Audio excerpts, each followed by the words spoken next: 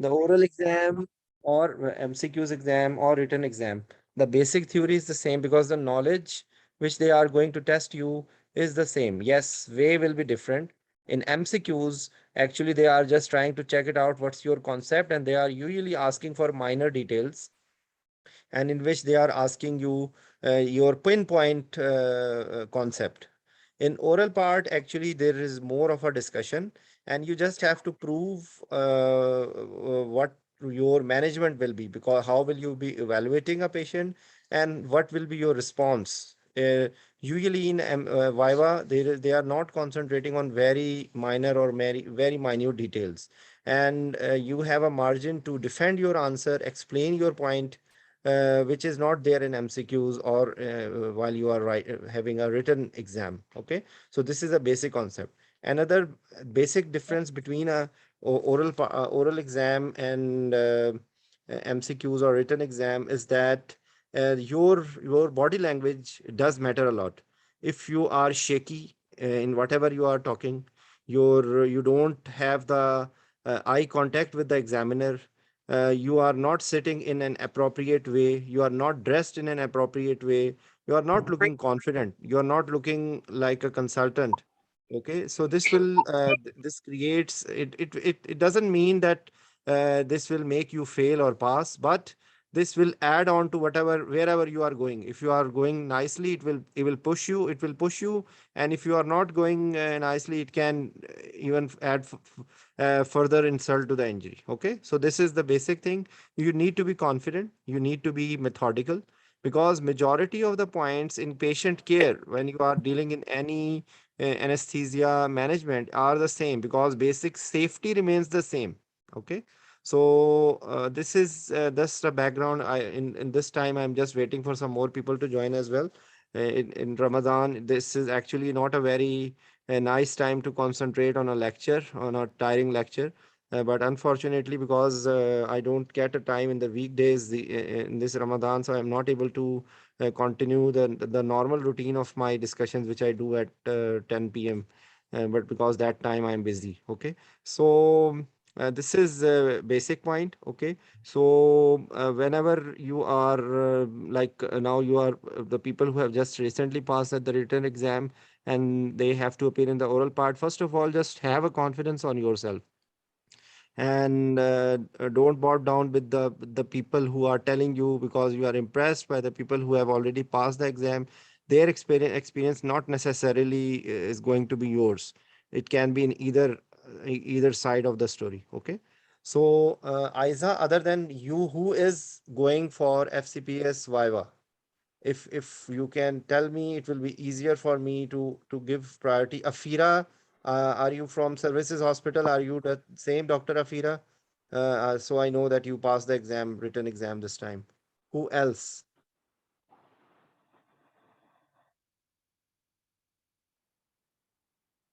Okay. Um, so Aiza, I will start with you. But if you just think about hypertension, what do you think? What are the main points, or which you should be knowing if you are dealing a patient with hypertension? Uh, s- so first of all, I must know exactly in which stage the hypertension of the patient actually falls. Okay, In very good. stage What one, else? okay, and Okay, the organs which are also involved, very good. and exactly the Yeah, complications associated with that very good. that organ involvement, Very good. What and else? and so this is all what I Okay. can recall. So, like, what do you think? What about the cause? Yes, Okay. what is the actual cause of the hypertension? Actual Yes. cause, like what may be the reason the patient is developing. Just let me. Uh, Okay. just, just a second.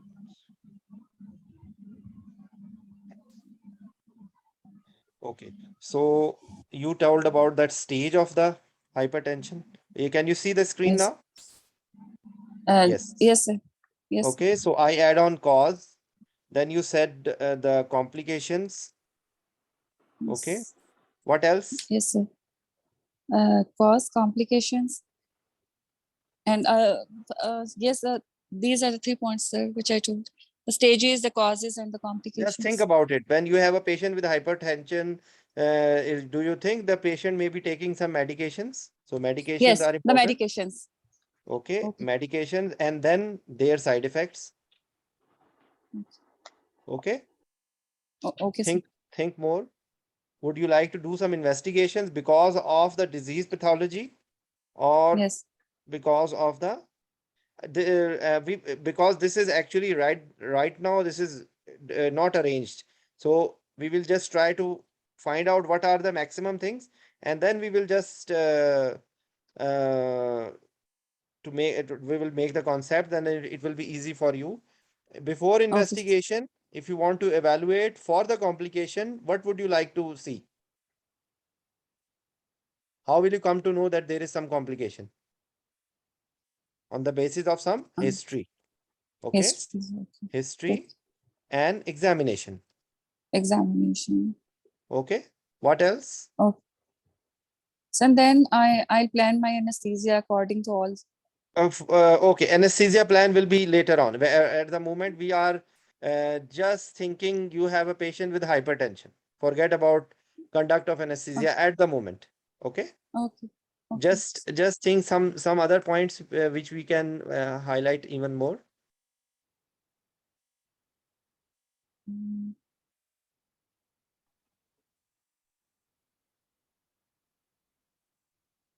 Just think. Anyone else wants to add, please?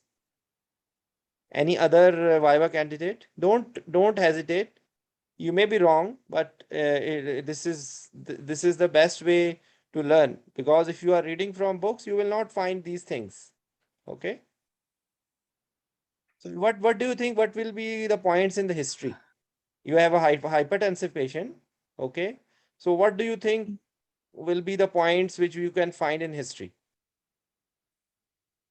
sir, history of headache, Okay, headache, history of change in any kind of VN, vision. Okay, blurring of VN, okay, and then if we come to cardiovascular, history of any palpitation, okay, dyspnea history, okay, history of edema, okay. and Sir, Edema is a basically, symptom or a sign? it's a sign. No, it can be a symptom as well. Okay. Can we? There are, Okay, sir. it can be, if you are picking it, then it will be a sign. And if patient is telling you, I'm feeling puffy, my feet are swollen.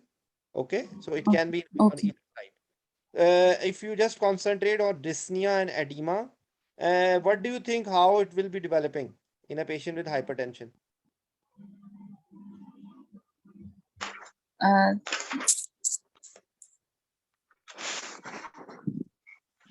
sir, we have to rule out diastolic and systolic dysfunction.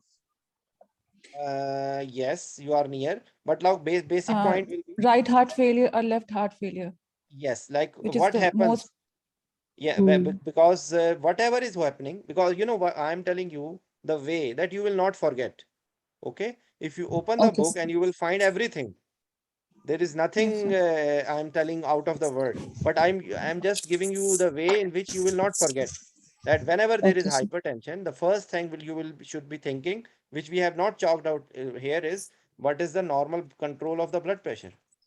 Yes, sir. Okay. The response of the patient to the drugs, how is it's going on, it's his compliance, and the other thing Yes. which is, Okay. as So I have if mentioned we about the side okay. effects of the drugs. Yes. So you see in history, headache may be a history, palpitation will be history, and something may be related to the complications. Just think what are the complications, by the way. What are the complications of hypertension? Drugs and as well as Sir. hypertension. We have to Mm, discover that it's more diastolic dysfunction or systolic dysfunction. Yes. And Okay. No. especially we have right heart failure, we have to rule out dyspnea, orthopnea, PND. We will take history from the patient. And Okay, Yes. so one complication is heart failure. Okay, yeah, Yes, sir. what and else? other we can rule out transit ischemic attacks, Ischemia, any history of ischemic heart syncope, disease. Okay, you ischemic said heart disease. just a second, please. Who's who's speaking? Who want to speak? Just raise the hand, and others just mute the mask. Mute the mic. Okay. So who was talking? Please go ahead.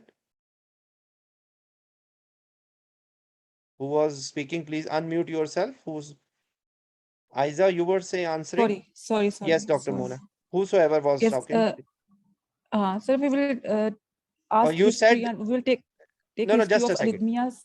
Just a Mhm. second. Just a second. You were saying that there can be syncope. Okay. So Yes. what can be the reason for syncope? So TIA, transit ischemic Very good. attacks, Okay. So history of you will stroke, say it. You will label it as cerebrovascular vascular disease. disease. Cerebrovascular disease. Yes, sir. Cerebrovascular disease. So if you are Mm. talking about ischemic heart disease and cerebrovascular disease, there is another third thing which may be there in related to ischemia. What is that? Peripheral vascular disease.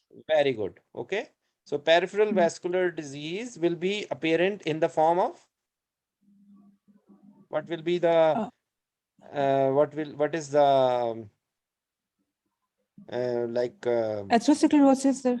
atherosclerosis is Uh, Inflammatory basic claudication. very good. claudication. Yes, sir. Okay. Yes. So atherosclerosis is the basic reason for all this mess. Okay. And it is forming in the form of claudication. So we can put Claudication. claudication here. Okay. In the history. Yes, sir. Okay. Mm. What else?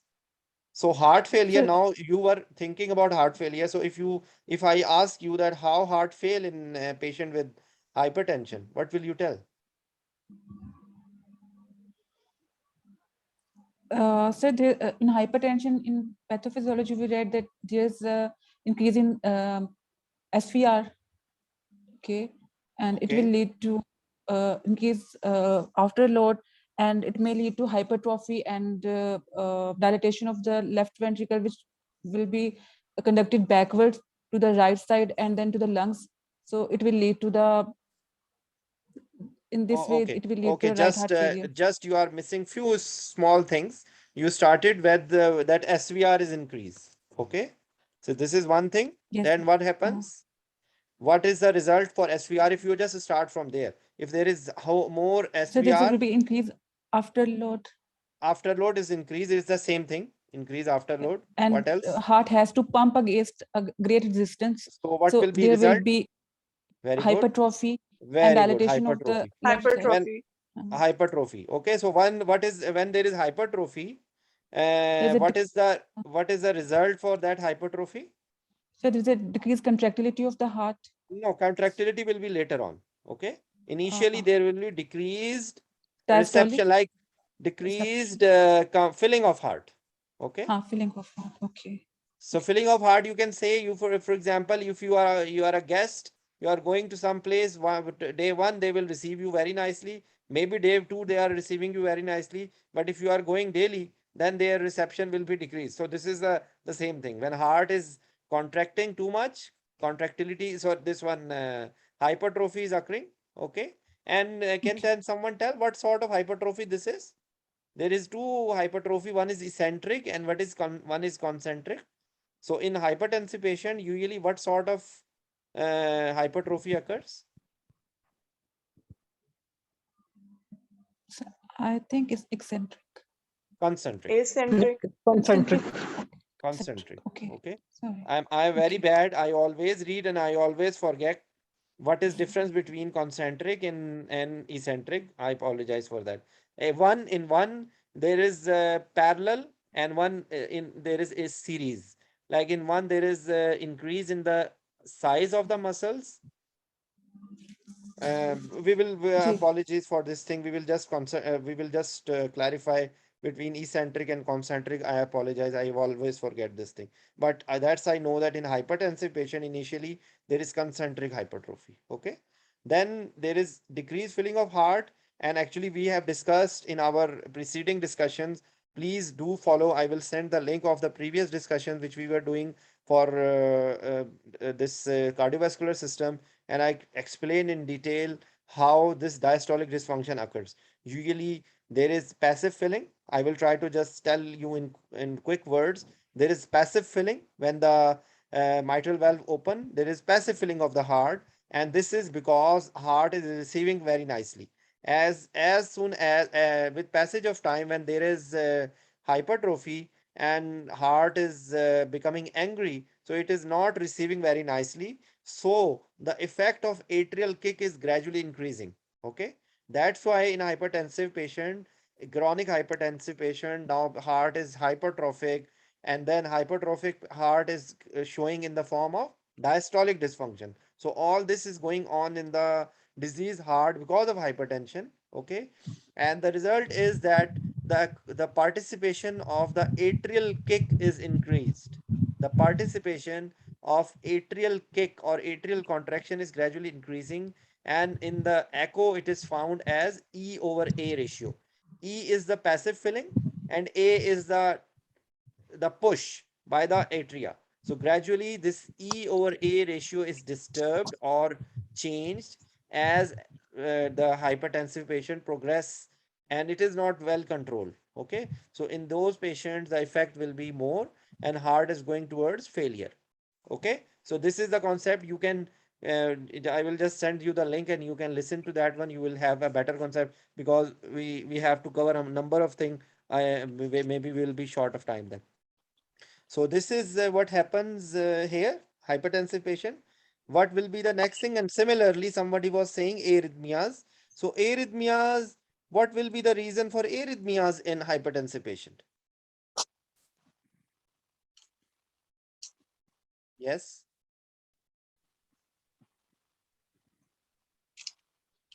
What will be the reason for arrhythmias in hypertensive patient? Who, who wants Sir, to? ischemia Very good. One reason is ischemia. What else? and it could be due to concentric hypertrophy Like similar, the of the same thing left which I ventricle. told, like atrial fibrillation because of constant effect on the atria, dilatation, stasis. So arrhythmias can be there. And another reason is the medication which the patients are taking. Okay. Because the medications which the patients are taking can cause electrolyte imbalance, which can lead to arrhythmias. Okay. This is another thing. Then another thing, reason for arrhythmias is the enhanced. We will just see the pathophysiology that there is an exaggerated sympathetic response. Okay. So whenever there is a rush of adrenaline, rush of sympathetic system, the heart tends to have arrhythmias. Okay. So ischemia, why ischemia occurs? The same reason for heart, this ischemic heart disease. Why there is ischemia in hypertensive Sir, patient? because of increased myocardial mass, there is more oxygen demand and there are Please more be hypertension. I apologize to you. Please be a little loud. We cannot hear you. Because of greater muscle mass, there is more oxygen demand plus higher muscle mass with more contraction causes lesser perfusion of the heart because the heart is actually perfused during diastole and Yes, I wish therefore that you are louder because you are telling absolutely gem of the knowledge, but your voice is very low. Can you just sir, try to speak? yes sir, my headphone is actually causing some problem. You I am remove the trying to do. headphones. You remove the Okay, headphones and talk directly. It will be better. okay sir. Actually, in hypertrophied heart, there is more cardiac muscle mass, which obviously needs more oxygen plus increased strength of contraction and lesser perfusion during the systole is one of the reasons that causes more ischemias. This, And the heart, along with yeah, you told the this heart, along with perfusion that, per, decreased perfusion occur because in the hypertensive patient there is also, because of sympathetic stimulation, there is tachycardia. yes, sir, Okay, yes, sir, so yes, sir, yes, sir, yes, sir. Decreased when cardiac there filling. is, Yes, yes, when there is tachycardia, the diastolic time is decreased more than systolic time. So the yes, sir. effect is that perfusion of the heart is decreased, so there is tend to develop ischemia. This is Ischemia. one thing. Then another thing is that contractility is increased, so heart is requiring more. There is more hypertrophy, so that muscle is needing more energy and more blood, and there is increase in afterload. So when heart has to pump against resistance, heart has to pump more. There is more Yes. contractility needed. There is hypertrophy. So a heart is sinking in a vicious cycle. Okay. So the demand Yes. is Yes. increased and supply is decreased as a result, because usually atherosclerosis is accelerated in patient with hypertension, and there is Yes. vascular dysfunction. There is so this is adding. So all these problems are increasing. There is atherosclerosis. There is decreased delivery. Okay. So now Yes. heart is dependent on adequate amount of oxygen content. So how would you like to maintain the oxygen content? So I think we should maintain good hemoglobin levels, Very good. and plus we should try to decrease the heart rate to a lower normal range. No, no, oxygen content. Just Oxygen content. Yes, concentrate sir. on specific. You told one thing which is very important. There is one more thing. Yes, we should try to maintain the good oxygenation of the blood as well. We should prevent Oxygen oxygen saturation. Oxygen, oxygen because if saturation. you just have to correlate the content, the formula for oxygen content, which is Yes, sir. with the hemoglobin, the SpO2, Yes, sir. and Yes, sir. 1.34 is the 1.34. Okay. We can yes, sir. write it down. And actually, unfortunately, this topic is such big. We have discussed a number of things. So please Right, sir. just refer to the previous discussions. The link you will find on the YouTube, and I will share it again Okay. as well. But the basic theme you are understanding, that there is atherosclerosis, there is increased demand, there is the problem. If any decrease in the oxygen content occur, this will have this detrimental effect on the heart, because which is all is in creating a heart is in trouble. Okay, Yes. so we have just touched the reason for ischemia. We have just touched the reason. And okay, one more thing which I missed, that heart failure. This is one is diastolic dysfunction and diastolic failure, in which heart is not receiving the blood nicely. Okay, and then later on the systolic failure occurs, and because usually we see in the patient with hypertensive patient, we if you are looking at the echo, you are saying yes, ejection fraction is non-normal. So actually, this is the least important thing. Till the end, Yes. till the end part of the uh, this disease pathology, when actually heart is not able to maintain the contractility, so that at that time you say that systolic function dysfunction occurs, and that time Right. the number of ejection fraction is important. So in a hypertensive patient, if ejection fraction is normal, it is the least important thing. It is not significant. But if it is ejection fraction is decreased and ejection fraction is less now, that is significant, because that's showing that heart is failing now. Okay, Right. so when the left heart fail, the effect, there is back pressure, there is the similar thing occurs in valvular heart disease. The similar thing occurs here. There is involvement in the pulmonary vasculature, and there is pulmonary hypertension. And then because as a result of pulmonary hypertension, that is shifted to the right heart, and the right heart tends to fail, because right heart is not tuned for high pressures. So this is that will be creating the symptoms and signs of the congestive heart failure. Congestive heart failure will be in the form of edema, peripheral edema, this abdominal pain, and peripheral edema, sacral edema. Okay, raised Yes. JVP, raised JVP. Okay, so this is how you will correlate the signs and symptoms which we were discussing here. So a number of signs symptoms are left here. Okay, so I will just write here signs and symptoms of heart failure. Okay.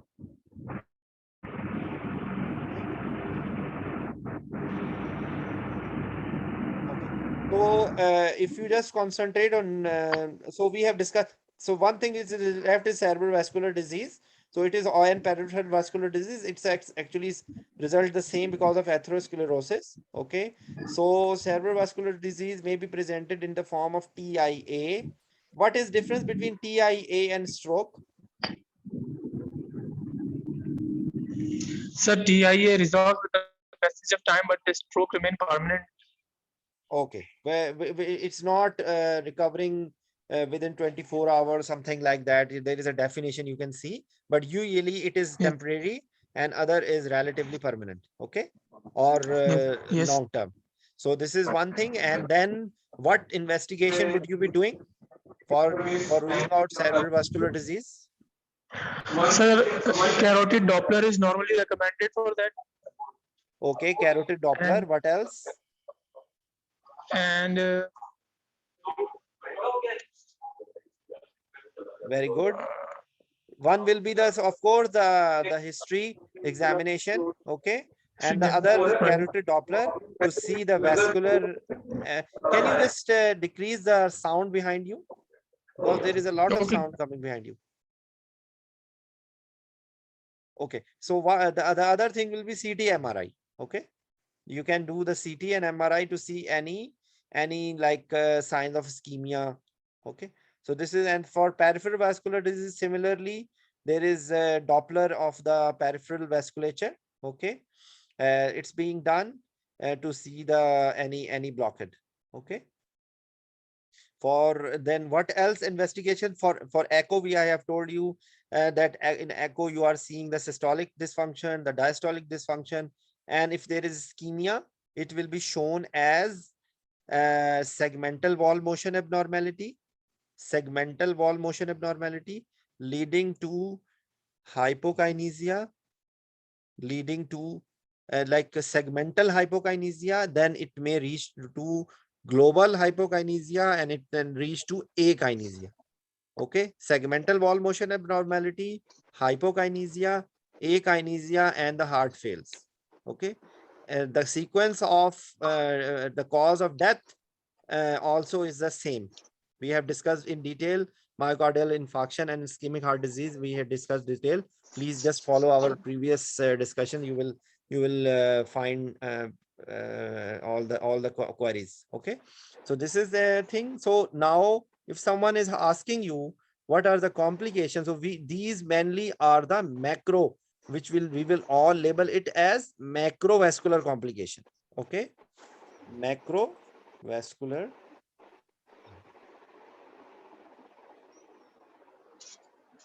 Okay, so are there any microvascular complications? sir, microvascular complications, Yes. there could be hypertensive retinopathy. There could Retinopathy. be renal failure. Okay, better word for renal failure. It's not the renal failure. It is So, renal failure, but it is not the renal failure. Hypertrophic nephropathy. Hypertrophic nephropathy. No, no.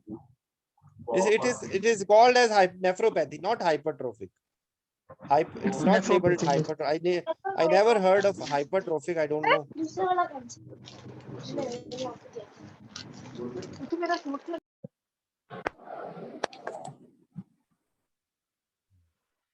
Okay, so it is the nephropathy and the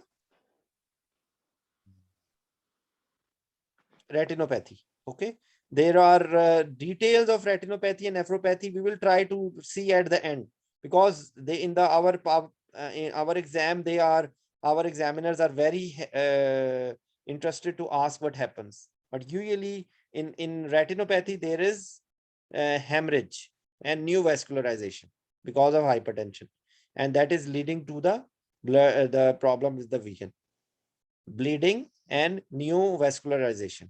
Okay, it is in the form of dot hemorrhage, blot hemorrhage, and something like that. I don't remember each of it. It is not, believe me, it should not be asked in our anesthesia exam. It's not our job. Only thing which you should be knowing, what investigation would you like to do for retinopathy?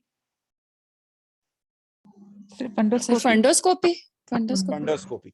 Okay, so you should be doing the fundoscopy, and fundoscopy is not your job. It's not anesthetist job to do the fundoscopy. You are not the expert for it, but unfortunately our great minds, they still ask this question. but it is actually, this should not be asked, but you should be knowing. I because I am totally opposing this thing, so I don't remember all of it. I will try to show you something without for it. So, but the bottom line, if you forget everything, you can tell that in hypertensive patient, we should do a fundoscopic examination to see the state of retinopathy and any reversibility. Okay, so there is hemorrhage and new vascularization. That is the word. If you remember, this is, I think, more than in new nephropathy. What happens? There is glomerular dysfunction, and there is gradual basement membrane dysfunction, and then the proteinuria occurs. This is the main pathophysiology which occurs in the nephropathy. So this is, so now I will conclude this thing in that in a hypertensive patient, you have to see the microvascular and macrovascular complications. So this should be your first answer, that when you have a hypertensive patient, our main aim of history, examination, and investigation is to see the microvascular and macrovascular complications which may occur as a result of chronic hypertension. Okay, so this will be your beautiful answer whenever you are answering, if you are dealing any hypertensive patient. We will be looking at the history, examination, and relevant investigation to rule out any microvascular and macrovascular complications which may result because of chronic hypertension. This should be your answer, and I've just tried to explain what's happening actually in a hypertensive patient. Okay, so this is some words about the complication. Heart fail will occur, arrhythmias will occur, ischemic heart disease will occur in the form of chest pain. So you can, the investigation which you can do is ECG. The investigation in ECG, you will find any ischemia, you will find any arrhythmia, you will find any blocks, you will find anything like that. So this is a main concept of sin. So now some words about the medications. Before medications, you will have to know the normal blood pressure control. How normal blood pressure control occurs? Yes, please. So there's the auto regulation mechanism involved. What's that? So vascular tone जो है, it will be controlled by Yes. sympathetic and parasympathetic system. Okay. Vascular tone is not controlled by parasympathetic, by the way. Oh, sorry, sympathetic system. Okay. So so what happens? What is the immediate our bodyguard which immediately sends our decrease or increase in blood pressure? What is that? Baroreceptors. Baroreceptors. Okay. Sir, So baroreceptors. yes, baroreceptors are the one who will be controlling the immediate control, and then other system is the renin-angiotensin-aldosterone system. Okay, renin-angiotensin-aldosterone system, and it is affecting the SVR and cardiac output. Whatever the result is, usually it is the same. So now at this time we will also discuss what are the different causes of hypertension, because there may be a secondary cause of hypertension. What may be the secondary causes of hypertension? So there may be renal, So I have a Cushing endocrine. syndrome. Yeah, please, one, just raise the hand, and it is better. Yes, who wants to? Yes, Huda, you want to speak? Who wants to speak? Please raise the hand. Who was speaking, please? One person. Anyone? So there may Yes. be renal, endocrine. Okay. इसमें Cushing, as Aida mentioned. Okay. You see, there is renal artery stenosis. Okay. Yes, sir. There may be glomerulonephritis, polycystic kidneys, as a result of because hypertension and diabetes are usually together. So it adds insult. So it may be the reason. Okay. Then Cushing syndrome, as I will discuss, it is iatrogenic as well as some adrenal problem. Okay. Yes. There is a little bit difference between Cushing syndrome and Cushing disease. So Cushing syndrome is actually the iatrogenic. Okay. The iatrogenic, or when you are taking, and Cushing's disease is because of the primary adrenal problem, if I'm not wrong. Okay, because these are concepts which you forget if you don't revise them Sir, to. Cushing disease is because of the pituitary. Is it because of pituitary or is because of adrenal? Just confirm it. I am sorry, I forgot it. Okay, so No, sir, Cushing one disease is because of pituitary, sir. pituitary. Cushing Okay, Cushing disease disease fine. is is due because of to pituitary. pituitary, Cushing disease. Cushing's disease is because of pituitary. So what about Yes. hyperadrenal? When the adrenal gland are secreting a lot of aldosterone, what is that condition? So it's a Con syndrome. Con syndrome. Yes, I'm mixing it up with Yes. that one. Okay. Con So syndrome. so maybe so Pheochromocytoma. patient is taking steroids. Patient is taking Yes, sir. steroids. There will be Cushingoid and there is lemon on drumstick appearance, and there is all signs of chronic steroid intake, and there may be hypertension. So Cushing's disease, as you told, pituitary tumor, okay, and then pheochromocytoma, adrenal tumor. Hyperthyroidism. There is a big you see in which, if you someone asks you where there are more chances of hypertension, hypothyroidism or hyperthyroidism? Hyperthyroidism. Sorry, Hyperthyroidism. no, hypo, Hyper. Hypo? no, Sir, hypo. hypothyroidism due to atherosclerosis. Yes, because in these patients there is more chances of atherosclerosis, so it can occur, hypertension can occur in hyperthyroidism as well, but it is more in hypothyroidism. Okay. So hyperparathyroidism also, there can be raise in blood pressure. Then some physical problems, another sub coarctation of aorta. Okay. And in sleep apnea, chronic sleep apnea patient, they develop hypertension secondary. Obesity, it's a risk factor, pregnancy induced, and medications or any birth control pills, they are steroids, antidepressants. Why antidepressants cause hypertension? Because sir, they increase the Sir, noradrenaline increase. in the body. That Noradrenaline. Increases one, the please, epinephrine, catecholamines release. yes. I suggest that I want everyone to participate, but it is better if one time one person speak. Okay. Okay. So these are few words about secondary Sir, there hypertension. is And a white, excuse me, but there is a white coat hypertension. Is this included in the classification or? white coat hypertension, actually, this is, examiners are very happy to ask this question. In white coat hypertension, how will you rule out white coat hypertension? Yes, sir. That's why I'm asking. It's a very, I should say, should we say it or should we not?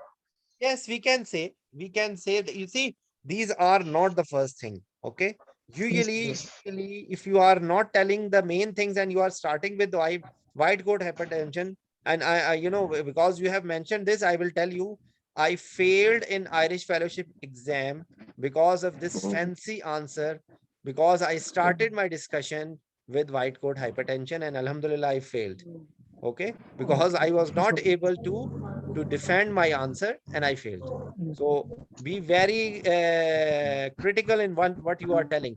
If you are Right. telling white coat hypertension, okay, let's discuss white coat hypertension at this point of time. It's good you reminded it, actually I forgotten.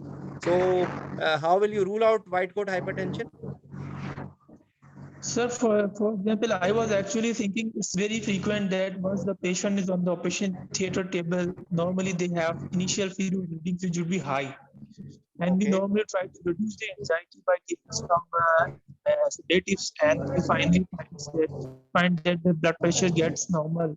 So this is Yes. what I think that it might be a playing role in certain Actually, in white coat in hypertension, usually is there is increase in diastolic blood pressure or systolic blood pressure? Sir, I remember it's more diastolic like that. Systolic बढ़ जाएगा. Systolic maybe. Yes, Systolic. usually there is increase in systolic blood pressure. Okay. Right. And Right. white coat hypertension, when you develop a repo, you are talking to the patient, and if you are facing this thing in intraoperative period, if you are, sorry, Yes. not in preoperative period, if you are talking to the patient and also you are giving some anxiolytic, it will be resolved. But if it is not white coat hypertension, it will not resolve. Okay. And if you want to reconfirm whether it is white coat hypertension or it is the real hypertension, you have to see the baseline or the ward readings. Okay. So you Right. have to rely them. And what else you can do? This is actually, I'm just telling you for any international exam as well, that you have to consult the GP of the patient, that whether the patient is Okay. having any previous high blood pressure readings or not. Okay. So in Right. that way, you can rule out the white coat hypertension. This is something which can. And another thing, if you have a doubt, what would you do? There is an investigation which you do in a patient to rule out white coat hypertension or diagnosis of hypertension. What is that investigation? Halter monitoring. Very good. Halter. You are my brother, because I said halter and I failed. One Failed. of the reasons Oh, sorry. for failing paper Sorry. was halter. Oh, sorry. Sorry. Yes, sir. Then what else? Afira, yes, please. Do you know? Try to answer. Sir, sir, So intra-op हम 24 ECG our में देख ambulatory सकते blood हैं pressure check किया जाए. What is BP, blood pressure, blood pressure. yes, actually I mute Zishan because he interrupted in between. But now Zishan, please speak out. She doesn't know. Please now speak out, Sir, Zishan. 24-hour ambulatory blood pressure. No need to tell 24-hour. It may be 24-hour, it may be more than that. Okay. So it is Right. ambulatory blood pressure monitoring, just Ambulatory like pressure. halter. Just like halter, Right. but it Yes. is ambulatory blood pressure to see the overall picture. Okay. So that is the Yes. answer for if you have any doubt in the diagnosis of hypertension, you will be saying this. Okay. So this is the answer. Excuse me, sir. Sir अगर हम उसको sedate करते हैं मतलब किसी भी sedative agent के साथ, तो जो white coat hypertension होगी वो settle down हो जाएगी. White coat hypertension usually will be settled down. Okay. If you are giving some Okay. sedative agent and you are even building a repo, the blood pressure reading will start coming down. But if it is not white coat hypertension, actually there is a gray area. Not necessarily even the white coat hypertension will be exaggerated in hypertensive patient. Now, normal patient may not have these swings of blood pressure. So actually it's a gray area. Purely white coat hypertension will be when the patient is not hypertensive and just because of anxiety, the blood pressure is going high. Usually in those patients, there is systolic blood pressure rise only. Okay. But if, for example, there is a hypertensive patient already, but now that patient is in the preoperative area without any anxiolytic, now the blood pressure will shoot. But if you are giving some anxiolytic, the blood pressure will come down. So you cannot say that clearly as white coat hypertension, but you can say this is exaggerated response in a already known hypertensive patient. Okay. So this is what you should be knowing. Okay. So ambulatory blood pressure and halter for who was telling halter? Yes, Vivo 91906. What is halter? Might be detecting ischemia episodes. Is it there is ECG? I No, don't not exactly ischemia. remember. Yes. It is just like it is. They put the ECG leads, okay, and they monitor the ECG rhythms for 48 Yes, sir. hours. It may be arrhythmias, it may be ischemia, it may be. And again, It I will can be be- telling you. I will be telling you something funny that I have very big relationship with Halter. That during my FCPS exam, when I was not passing again and again, and I had severe anxiety, and I was working in a cardiac center, so I used to have severe palpitation and missing beats. So they put halter on me, and they found so many arrhythmias going on, but they were all non-specific, and they advised me to take beta blockers. So at age of 31, without any reason, because of the gift of the FCPS exam anxiety, I took around Right, 1.5 years beta blockers. So this is just an Oh. add-on separate information to you people. So that the pain I have not tried to run away from my mind. That's why I am Yeah. spending my time to you people. Okay, so that Thank is the you. reason sir for me sir to what is the sir किस तरह से हम major करेंगे ambulatory मतलब BP monitor किस तरह Afira, से करेंगे Afira, there are some international speakers who try to speak in English, please. Okay Yes, what you are sir what saying, are the ambulatory, वेज जी ambulatory जी blood pressure, where they put the BP cuff, and there is some monitor which is periodically taking the blood pressure automatically and recording it. Okay, and then it is analyzed. Okay, okay I have not seen it actually, but there it should be like The this. I have not seen. patient will be mobile. Patient will be mobile. Of Ambulatory course, means of course. This is the purpose, that if the patient is at home and you want to check it out whether that was a white coat hypertension or that is a chronic hypertension, or the patient is really hypertensive, you put it and you keep it for 1 to 2 days just to check it out what is the actual pattern of the blood pressure in the patient. Okay, so patient need to be in the daily routine to have the ambulatory blood pressure. If patient is in the hospital or lying flat on the bed, this is not actually truly ambulatory blood pressure monitoring. Okay, so this is the concept. So we have just in front, we have seen in front of me this questions which I had prepared before.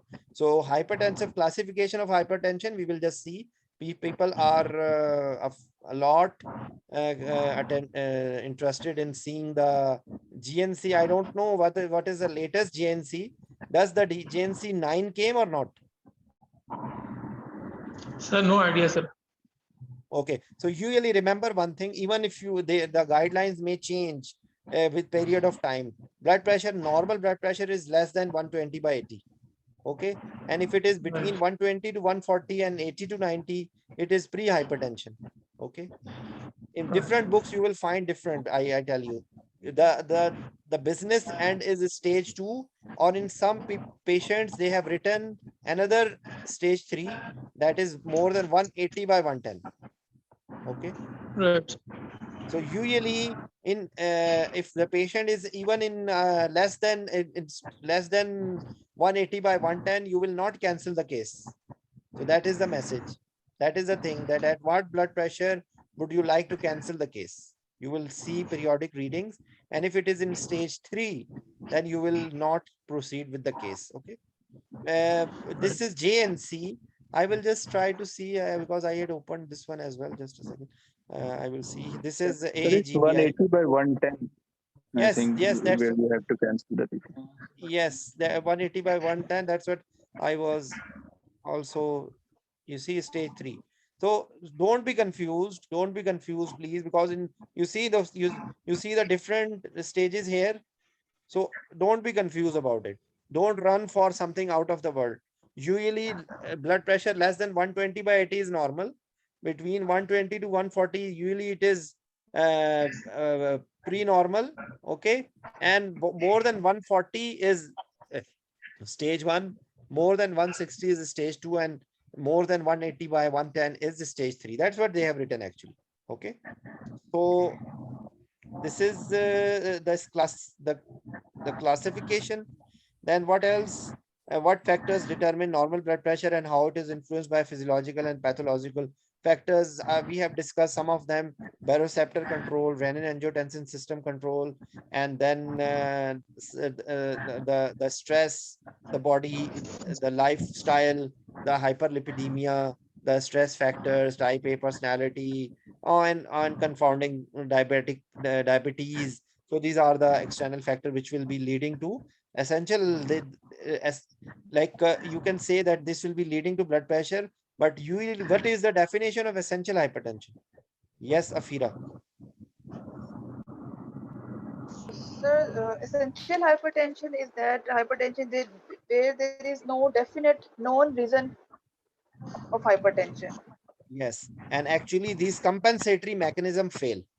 Okay, these compensatory normal physiological compensatory mechanism or control mechanism is disturbed, and there is no, like, not patient is not taking steroids, or patient does not have Cushing's disease, or patient is not taking antidepressant, there is no secondary cause and the blood pressure is increasing. So that is actually the essential hypertension. Okay. So we discussed that blood pressure we should cancel. Microvascular and macrovascular complication we have discussed. Why it is significant to anesthetic BP is high? What are anesthetic concerns in a hypertensive patient? We will just shortly discuss them, but usually there will be chances, the word, if they ask you this question, there will be chances of increased mortality and morbidity. There is chances of more mortality and morbidity in these patients, hypertensive patients, and you have to modify your technique in a way that the stress which occurs is decreased. All the stress which occurs at the time of like starting from the preoperative period, the intraoperative period, at the time of induction, stress response occurs, and you may need to have extra monitoring in addition to the normal monitoring.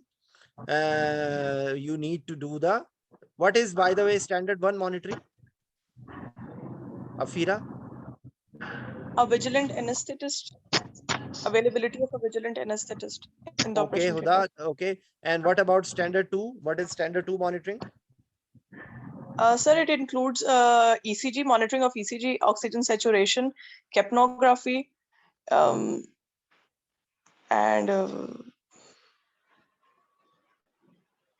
blood What pressure. about temperature? Yeah, sir, temperature as well. Non-invasive blood pressure. Actually, why you missed it? Because you did not start in an order. Okay. If you start in an Ji. order of ABC, you will not forget. So now think about Okay, sir. ABC, then you will not miss it. So ABC is in the form of pulse Okay. oximetry, capnography, ECG, and non-invasive blood pressure monitoring, and temperature. Okay. So this Yes, is sir. standard Okay, two. sir. And in addition to standard two in hypertensive patient, you might need to have what? What else? Invasive arterial blood pressure monitoring. Very good. Invasive arterial blood pressure monitoring, or later on, anything according to the need of the patient, like CVP, pulmonary artery catheter, cardiac output monitoring. These are the specific or specialized monitoring. T, these are 3-4 things which you can say and about it. Okay. Then they Okay, sir. What then about the urine output? urine output, yes. Urine output, yes, I missed it. Okay. And signs, because these patients tend to have development of failure, so you have to actually say that you have to maintain the fluid balance, and you have to monitor Okay, the sir. fluid status, which you can do by the form of monitoring the urine output, seeing any fluid overload in the lungs. Okay. So these Okay, sir. this will be the extra monitoring which should be needing. We can discuss the stress response here as well. How the stress response occurs in hypertension, like what is the stress, what is intubation stress response, how it occurs? This is a question which they can ask you. It's a counter-regulatory hormonal mechanism that happens by cortisol and glucagon. No, that is something else, Dunera.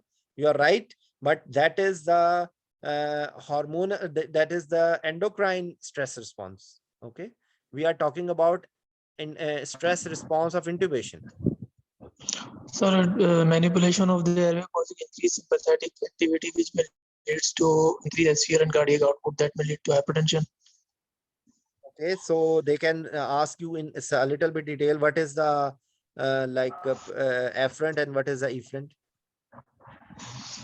Yes, sir. The pharyngeal nerve It's is by the the afferent part, which actually sensory part, and it's causing a passing signal to the brain, and efferent part is the sympathetic activity from the Yes. Okay, Zunera, sympathetic. what you were saying, you can speak out now. it was the glossopharyngeal nerve 9 and 10. These are the efferents ones. And the Uh, efferents. Yes. Actually, you are right, because the nerve supply occurs from these nerves. Okay, but here there is some interneurons, because the response, if for example, if it is response through the vagus, for example, so the way the response of vagus should be bradycardia, and that's why I remember one thing. Usually with the manipulation, the normal response is sympathetic, but mind it, there may be bradycardias which can occur. So this is something which we never expect. That's why at time of intubation, usually in a hypertensive patient, the normal response will be sympathetic.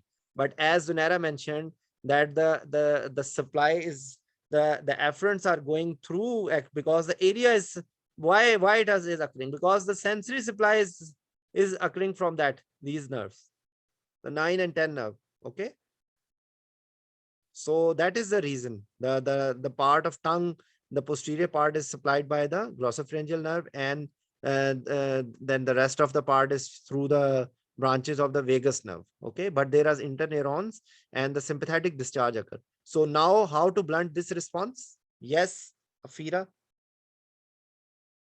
How to Sir, blunt we this? can, we can use agents just like short-acting esmolol, labetalol, lignocaine, Okay, and yes, and by decreasing the time of laryngoscopy, by very good. decreasing the any by deepening the anesthesia. There is one more thing you can tell, that you can choose less invasive airway. Okay, Okay. like supraglottics will be better than intubation. Okay, so this is one Okay. of the way. And then Okay. you can you can do some pre-medication with the anxiolytics. Okay, then you can use some lidocaine. Lidocaine, would you like to give IV, or would you like to give in spray? So we can use both, but preferably we can use it in the spray form. Preferably, if you are using preferably, then you have to defend it. What are the problems if you spray? So laryngospasm can occur. Just a second, let her speak, please. Yes, Afira. Hmm. So problems with the spray. So Yes, maybe they may be it can be irritant. It can it can be be written. That's why she told, like Huda just pointed out the same thing, that there may be laryngospasm because of it. This is one thing. G, And G. actually, when you have anesthetized the area, the patient is prone to aspiration, because you have blunted the normal physiological response of. Okay, yeah. Okay, Reflexes will be blunted. Okay. so the data, you can say that it can be used either IV. You can say that it is personal choice. If you are giving spray, you need to give adequate time. Okay, so Mhm. sometime it is better to give IV. Okay, so IV Okay. So lidocaine is, if we are intubating the patient electively, we are preparing it electively, then we can yes, spray because it takes time. And if we are doing the intubation at the spot, and during the intubation we are demanding the sudden and appropriate time yes. is not here, and we have to anesthetize the patient right now, so we can use the IV lidocaine. Yes, IV side, 1 to 1.5 milligram per kg lidocaine, and then you told esmolol as a short acting beta blocker, and short acting this one opioids. And you can also say that you can start a very good preemptive analgesia, because that will also decrease the sympathetic stress response, in the form of giving this gabapentin. You are using, don't say this word in the start.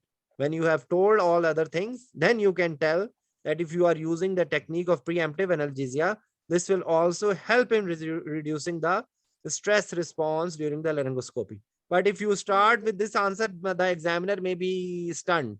Okay, Mm, okay. so You have to use your weapons in a definite, simple, in an organized way. Okay, so gabapentin or paracetamol or NSAID, whatever we are using as preemptive analgesia, this also will help you in maintaining it. But at the end of the day, you have to do the short laryngoscopy time. You have to use the lidocaine. You have to use a short acting this opioids, and you can use an adequate dose of the medication in which you are able to control the ends. Okay, and you can also say that you can go towards less invasive airway control in the form of LMA or iGel or any supraglottic airway device, or even you may be considering to have a regional anesthesia technique rather than general anesthesia. Okay, so this is some words about, we just covered this point, this question as well, because these are the questions which you need to tell in in a patient with hypertension. Okay, so what else? What else in hypertensive patient you need to, because there okay, now because medications I have not touched up till now medications, so that's why I maybe I will tell the medications of hypertensive control later on. We just see any what else we have missed. Okay, what are the concerns even in control hypertensive patient? Yes, what is difference between control hypertensive patient and uncontrolled hypertensive patient? Yes, who wants to speak out? Who has not participated yet, please? Dr. Nighat or Dr. Mona, who wants to speak out, please? Uh, Sir, can I speak? Yes, yes, please. Sir, I remember there were two terms, resistant and refractory. In the resistant, there were the poor control, or even on using 3 antihypertensives or control over 4 antihypertensives. And when there is no control even after 5 antihypertensives, then it was the refractory hypertension. Is it like we say the control or uncontrolled? No, you are right. They all will be uncontrolled. Okay, they Yeah. all will be uncontrolled. But I'm telling just that because in the control hypertensive patient, there will be concerns related to the medication patient is taking. Okay, Right. and still there will be exaggerated response. Yes, the response will be more in uncontrolled hypertensive patient. So for example, if you have an uncontrolled hypertensive patient, what Yes. special precautions you need to do? Right. One is the blunting of the stress response. What else? So number 2, there should be good anesthesia. Okay, Depth of balance anesthesia, avoidance of the stress factors, normoxia. Less I say invasive this, I use this word for this one, my best blunting. friend. I use the terminology, my best friend, normoxia, normocarbia, normotension, normovolemia, avoiding of stress response, avoiding sympathetic stimulation, avoiding a good pain, good analgesia. Okay. So there is one Right. thing more. Afira, would you like to say? Are you understanding the question? That what are if you have a patient with uncontrolled hypertension, what things should be in your mind while anesthetizing a patient? Yes, sir. We should keep the concerns Your regarding the voice is not hypertension. clear. Afira, try to speak out a little loud. Ji, sir, we should be concerned about the hypertension in an uncontrolled hypertensive patient regarding any anesthetic technique, any instrumental This is we have technique. discussed. What else? But as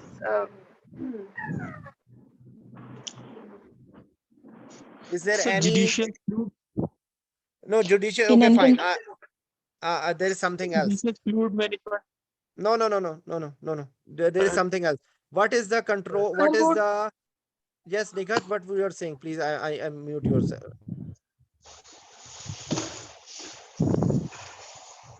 So Sir, short compliance to intubation time. I'm sorry. in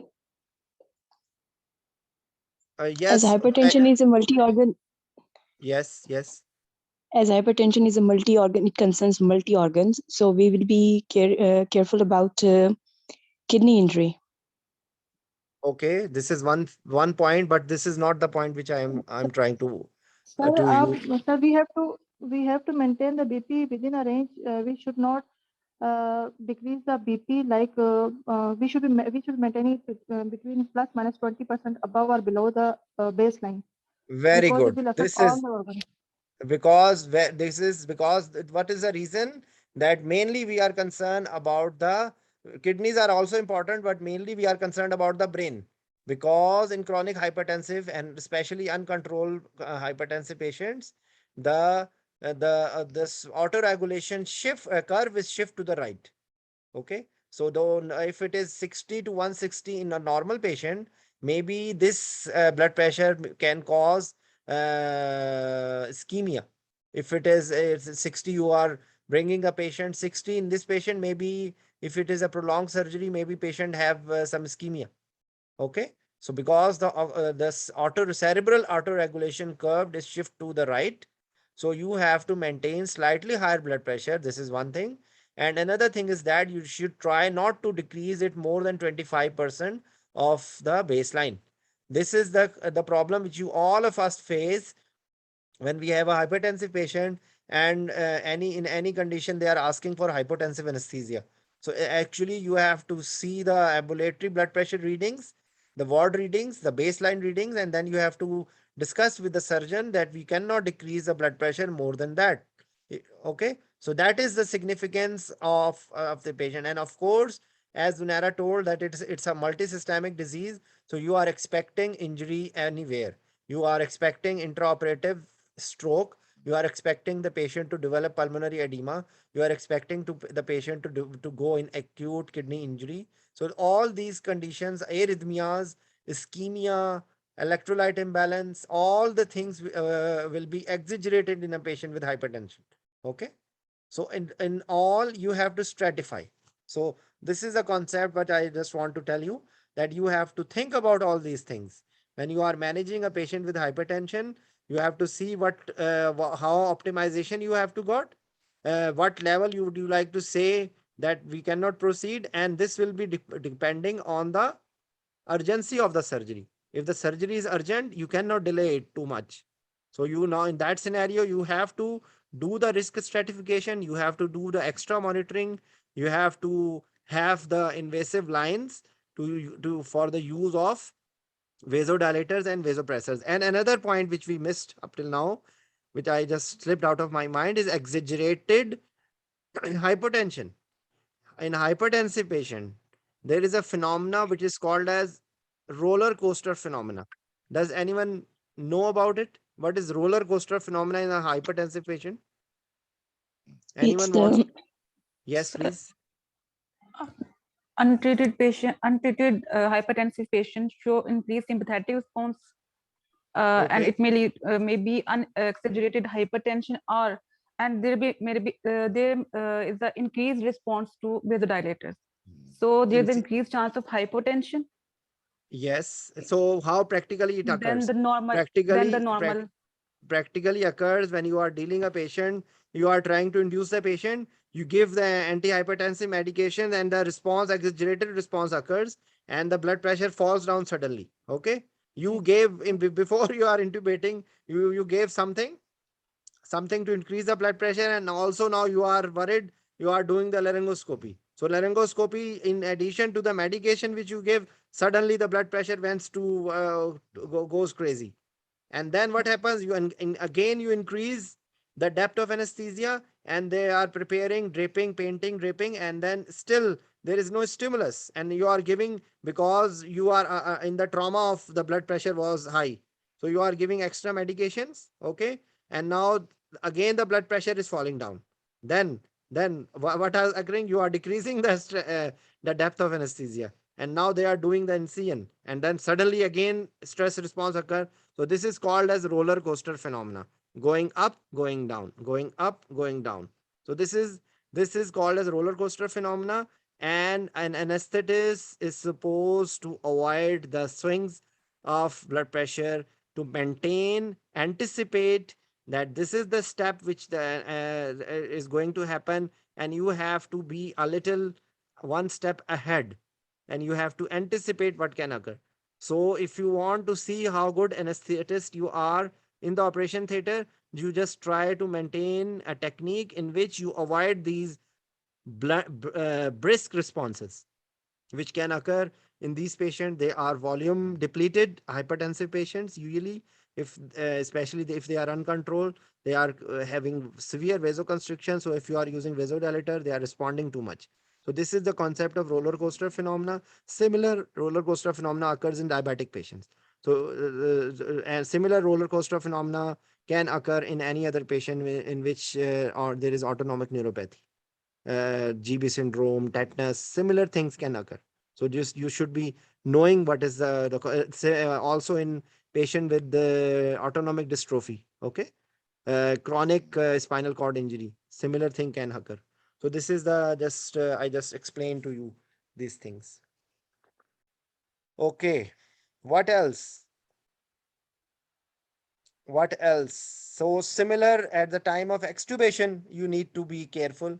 Similar things you need to take care. Well, while you are extubating, you again have to blunt the response, and you can in multimodal analgesia, especially you can use some sympatholytic agent like dexmedetomidine, this which is presynaptic sympatholytic, and it is decreasing the sympathetic response. Okay, so that will be helping you in controlling the stress response in the hypertensive patient. It will give you a balance. Okay, so we are going in an atypical way, but I'm just trying to make you understand what is the reason for doing anything, because after few minutes, when you will be able to correlate all these things, and then you will be understanding that what is the significance of understanding the concept, because these things which are we are discussing are related to any cardiac patient, believe me, even in valvular heart disease, even with the heart failure, even with ischemic heart disease, more or less similar things are required. Okay. So this thing actually I missed when we were discussing the preoperative as cardiac risk stratification. So in our preceding discussions, we had discussed in details about how to identify the cardiac risk and how to optimize them. Okay. Because actually I'm getting tired now. How much time has gone actually? Uh, It's an hour, sir. और yes. शादी ठीक रही साहब? I'm sorry. I think, sir, 1 hour has passed. Yes, yes. So okay, let's try to do some more questions, and then we will, because some of the questions I have discussed in our preceding this MI, I have discussed in detail. Myocardial, please just follow. I will send you the link about it. Hypotensive anesthesia we will discuss separately. Okay, some words about the medications now. Okay, so some words about the medication. What are the usual medication which these patients are taking? Hypertensive patients. So normally they are calcium channel blockers, they are beta blockers, and AC inhibitors, Okay. diuretics. Okay. What else? And most of the time, they are other. Statins. Yes, statins are actually not hypertensive. Statins. They are not Right. antihypertensive. Just try to see this. Let's try to have a look. If you are using beta blockers, it is decreasing the heart rate, contractility, cardiac output, and the blood pressure is decreasing. Okay. If you are decreasing the if you are giving the diuretics, what is the effect? It is decreasing because volume is losing. So preload is decreased, cardiac output is decreased, blood pressure will decrease. Okay. So if you are using alpha blockers, it is decreasing the SVR, so blood pressure will be decreasing. So calcium channel blockers also, actually they have mentioned here one sort of calcium channel blocker. There is one sort of calcium channel blocker which is here as well. Just like, what is that calcium channel blocker?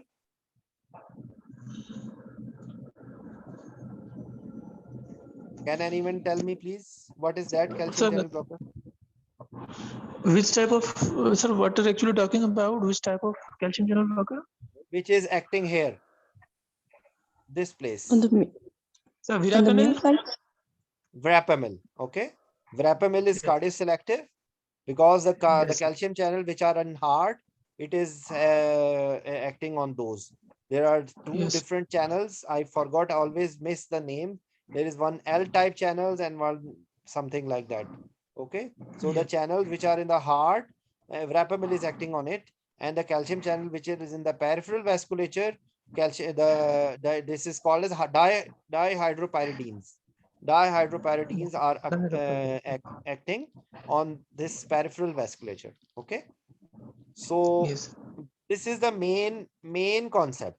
If you understand this thing, you will be able to understand where does it is. There is one very important antihypertensive which is not written here. What is that? Esmolol. Esmolol is beta blocker. What else? Afira. So diuretics. Diuretics is written here. Oh, sorry. Yes. Sir. Anyone, please. Sir, ACE Sir, inhibitors. Are Just a second. vasodilator. Sir, Just a second. vasodilators. GTN. Yes. Alpha blocker. Just a second. Just a second. Please. Yes, Kunal, you tell. Yes, Dr. Kunal, please. ARBs. ARBs and AC inhibitors. Okay.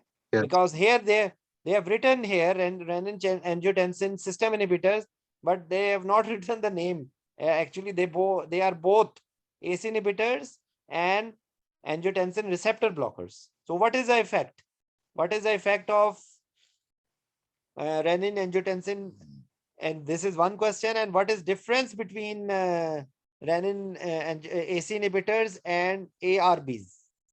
Yes, Kunal. Dr. Kunal, please, you speak out.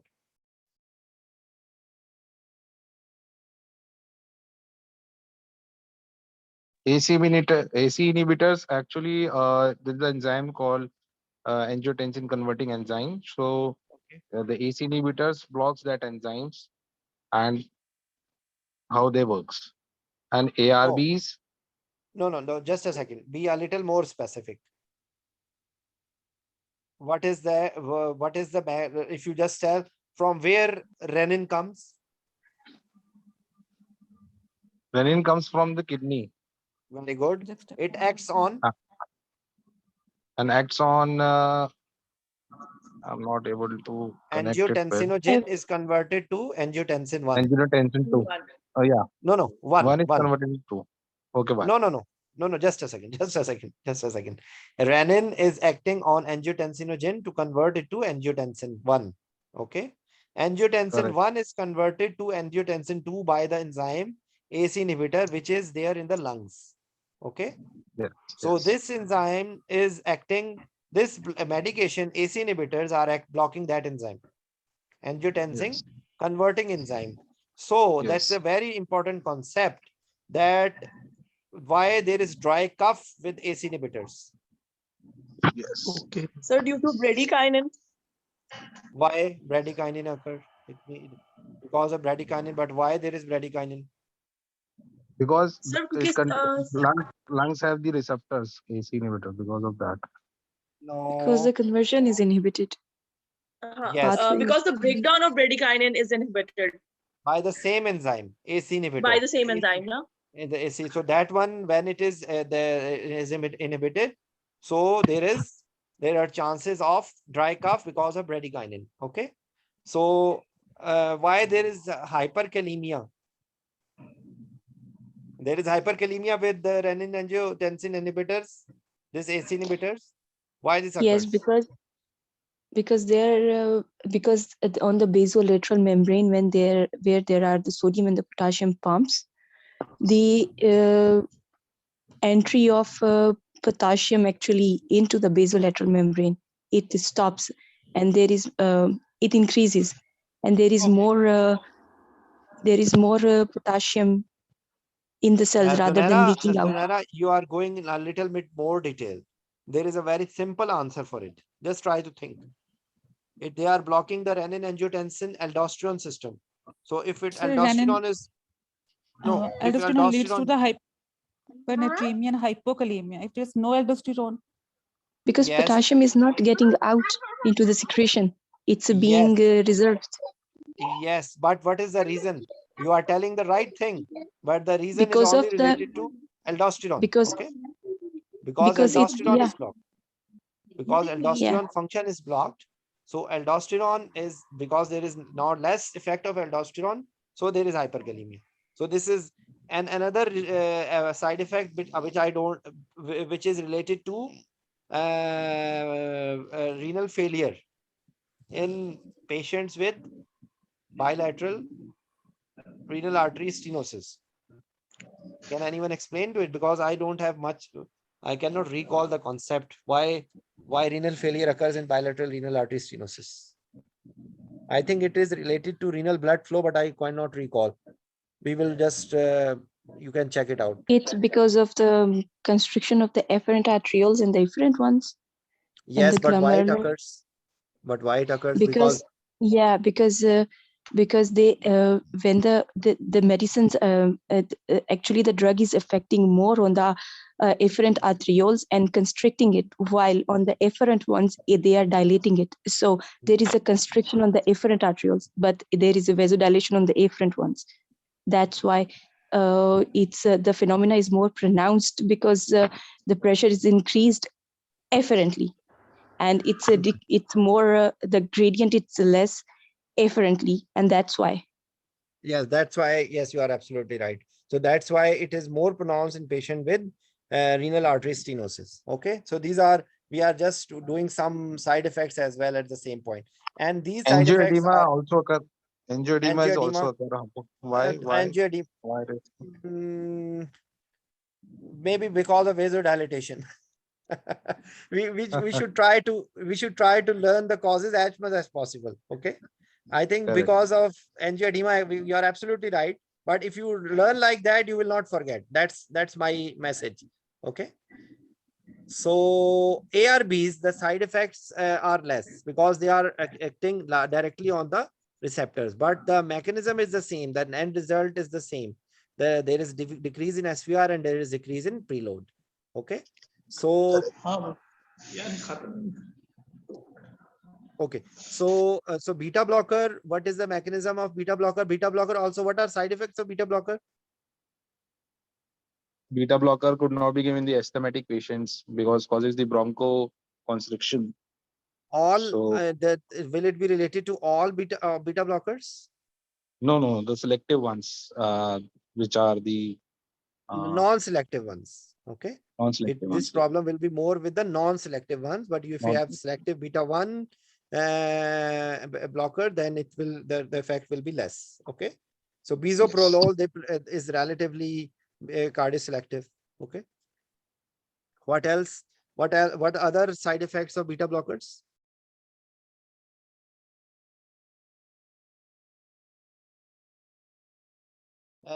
All the people who are Mask the effect of the hypoglycemia.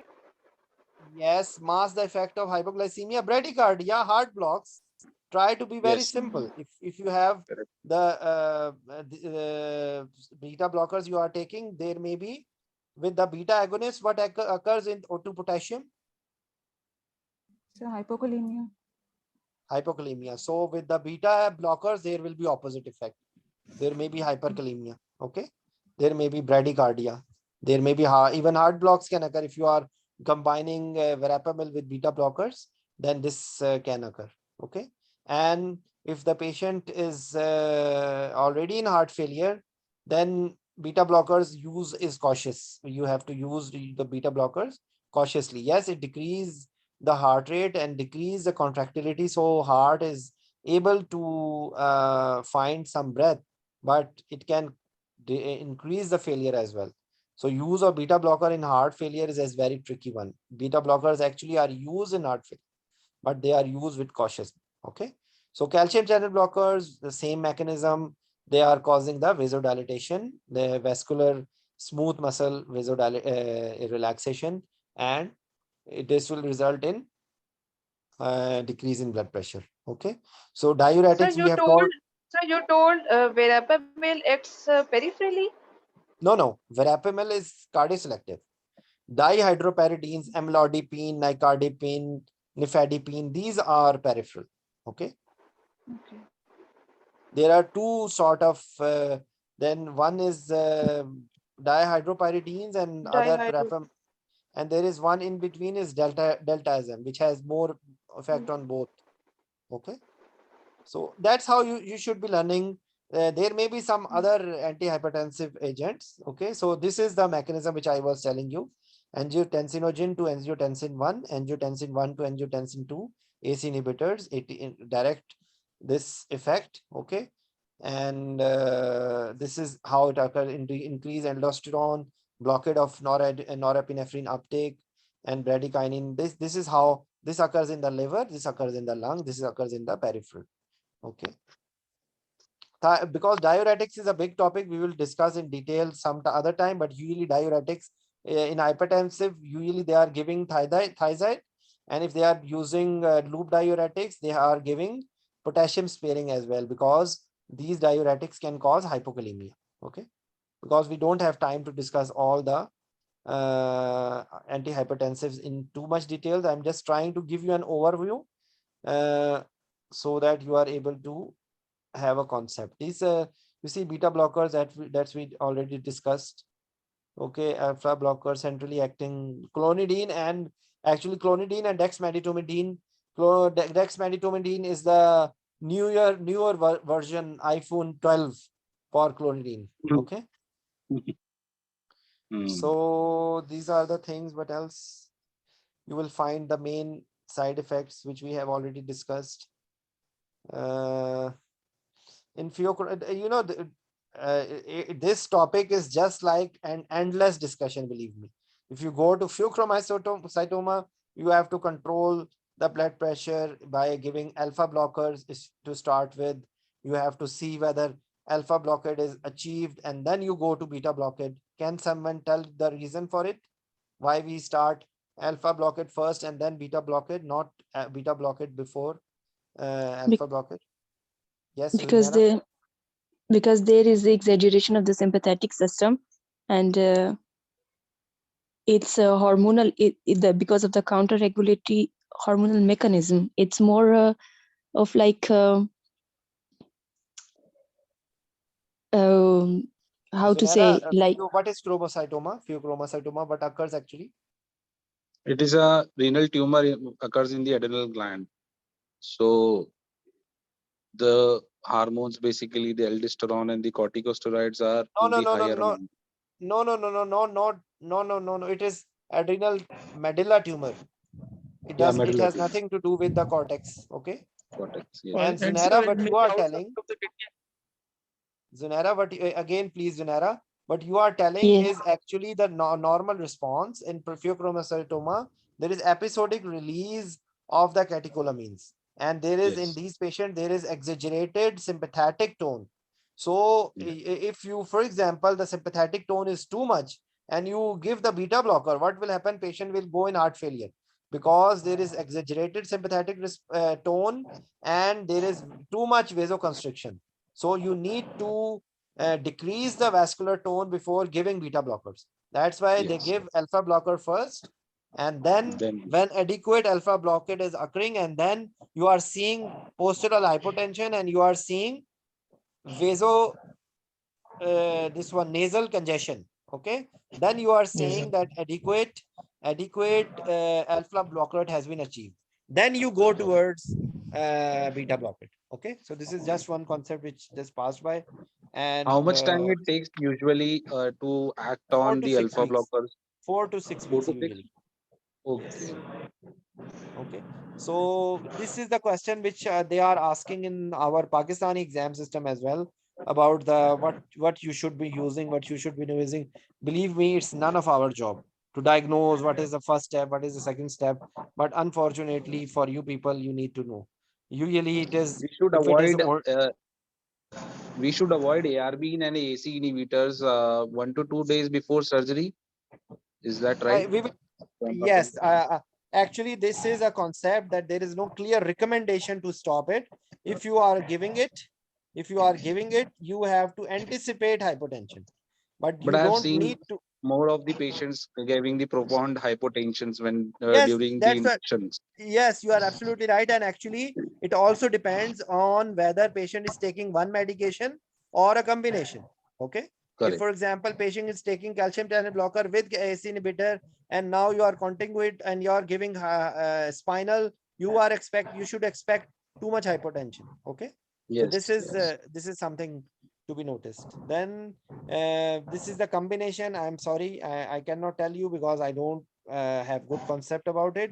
But usually ACE inhibitors, and then you go to calcium channel blockers usually. Okay. And above 55, you tends to start with diuretics early. Okay. They have not written, but what I remember is that they have to start diuretics. Okay. And then if combination of 3, and then step 4, as someone was telling, resistant hypertension. Okay. Just a second.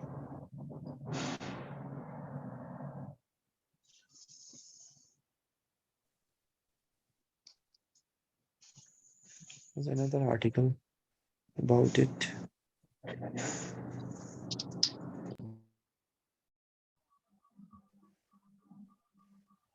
Okay, so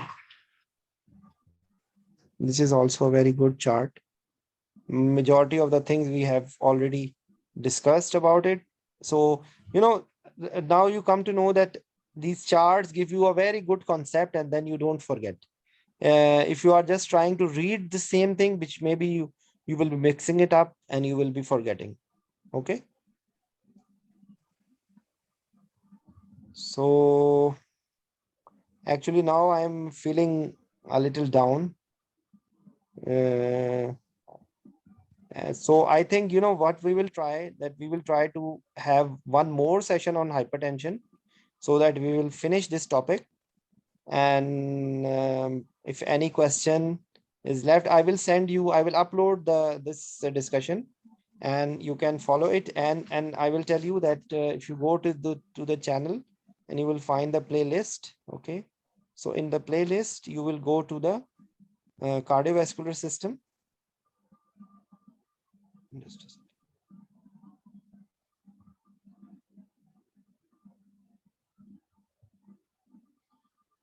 Yes. Okay. And you can find the discussions which we have done before.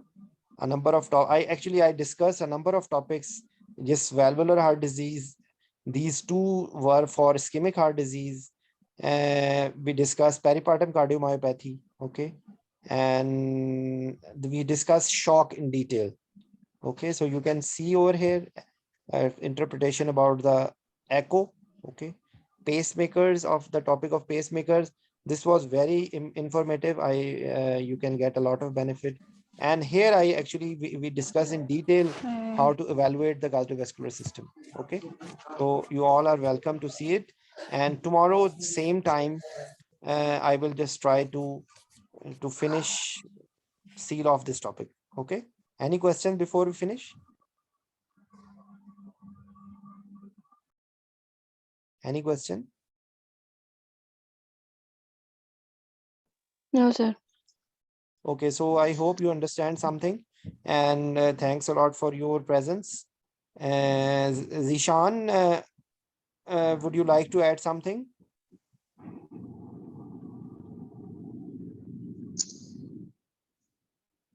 Zishan?